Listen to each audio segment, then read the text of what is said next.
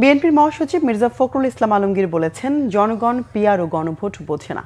এই বিষয়ে যারা আন্দোলন করছেন তাদের উদ্দেশ্য ভালো নয়। বিএনপি নির্বাচিত হলে দেশে 1 কোটি কর্মসংস্থানের ব্যবস্থা করা হবে বলেও জানান মির্জা ফখরুল। রিপোর্ট করছেন সিকান্দার রেমান।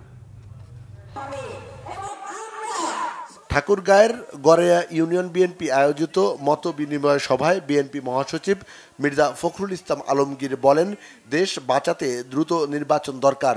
বিএনপি ক্ষমতায় গেলে স্বাস্থ্য ও শিক্ষা খাতে বরাদ্দ বাড়ানোর পাশাপাশি কর্মমুখী শিক্ষা ব্যবস্থাতেও গুরুত্ব দেওয়া হবে বলে জানান বিএনপি মহাসচিব।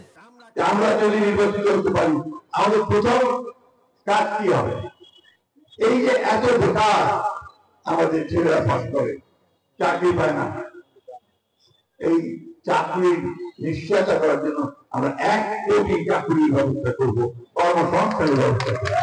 বুধবার বিকেলে 18 নং সুখানপুকুরি ইউনিয়নবাসীর সাথে মতবিনিময় সভায় মির্জা ফখরুল বলেন, বিএনপি প্রতিহিংসার রাজনীতিকে প্রশ্রয় দিতে চায় না।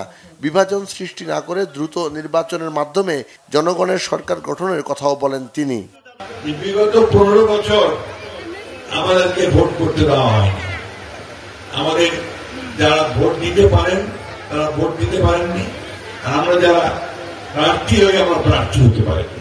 মনে রাখতে হবে যে কোন দল সত্যিকার অর্থে জনগণের পাশে দাঁড়ায়, জনগণের সমস্যার সমাধান করে। নির্বাচনী প্রচারণার অংশ হিসেবে ঠাকুরগাঁয়ের বিভিন্ন ইউনিয়নে এসব মতবিনিময় সভায় সবাই মিলে গণতান্ত্রিক বাংলাদেশ গড়ার কথাও জানান বিএনপি মহাসচিব। সিকান্দার রেমান, বাংলা ভিশন, ঢাকা।